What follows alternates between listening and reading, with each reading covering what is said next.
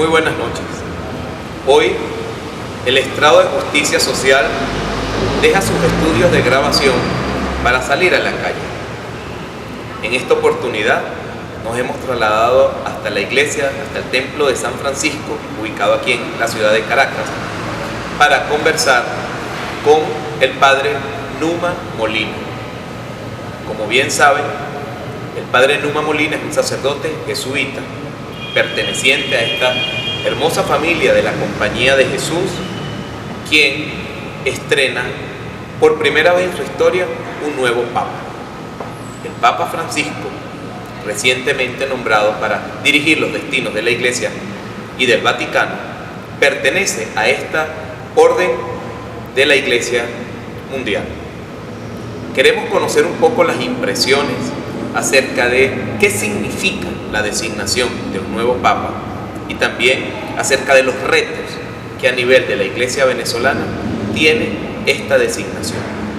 El Papa Francisco ha escogido este nombre por San Francisco de Asís, por lo que significa el tema de la pobreza, la cercanía a los pobres y también lo que significa la paz y el bien. Bienvenido, Padre Numa, a nuestro programa Justicia Social, hoy en la calle. Y bueno, hay muchos temas que conversar con el Padre. Yo quisiera comenzar con nuestra ya tradicional pregunta, que tiene que ver, Padre, desde el ámbito de la Iglesia, desde una perspectiva de la Iglesia venezolana, ¿qué significa para usted construir la justicia social? El tema es muy amplio, ¿no? Creo que fundamentalmente, y para un cristiano, tiene una connotación especial. Construir la justicia social para un cristiano significa también construir la paz, porque no puede haber paz sin justicia. Primero tiene que acontecer la justicia, primero tiene que haber igualdad de oportunidades para todos, primero tiene que haber posibilidades de que todos hagan estudios, de que se preparen, de que hagan una carrera universitaria, de que todos tengan vivienda digna.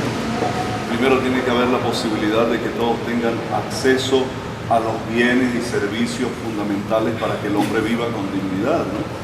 Y eso sería lo que nos lleva a entender que la justicia social tiene que ver con que la desigualdad, la brecha de la desigualdad tiene que cerrarse, tiene que acortarse o tiene que eliminarse mejor. O sea, el plan de Dios es que todos vivamos como hermanos y que los cristianos, América Latina por ejemplo, un continente que se dice cristiano, lo más lógico sería que si realmente vivimos ese cristianismo, camináramos hacia la justicia social de las primeras comunidades cristianas, donde dice el libro de los Hechos, que está siendo tan leído en este tiempo justamente de Pascua, que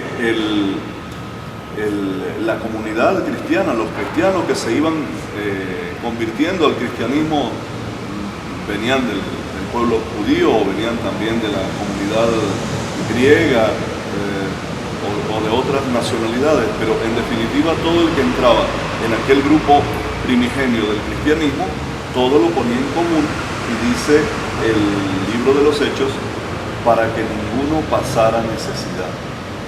En eso consiste la justicia social cuando la miramos desde el ámbito cristiano. Ahí no hay exclusiones, ahí no hay discriminaciones. Es así, definitivamente la justicia social es un concepto integrador que busca precisamente la inclusión y la disminución de esa brecha entre los pobres. Ahora me gustaría también conocer un poco, qué está haciendo en la actualidad nuestra Iglesia venezolana ante esta situación. ¿Está nuestra Iglesia venezolana de qué manera construyendo justicia social en nuestro país?